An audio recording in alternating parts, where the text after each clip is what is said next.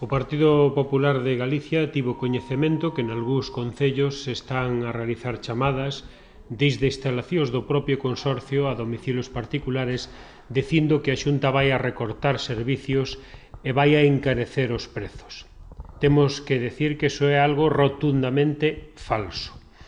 A Xunta o que vai é a incrementar o número de plazas, de feito, en breve vanse a poñer en marcha 577 novas plazas para a rede de centros do consorcio, e o que temos que trasladarlle é que se está facendo unha labor de xestión para reducir ao máximo precisamente os costos dos servicios para todos, para a administración e para os propios cidadáns.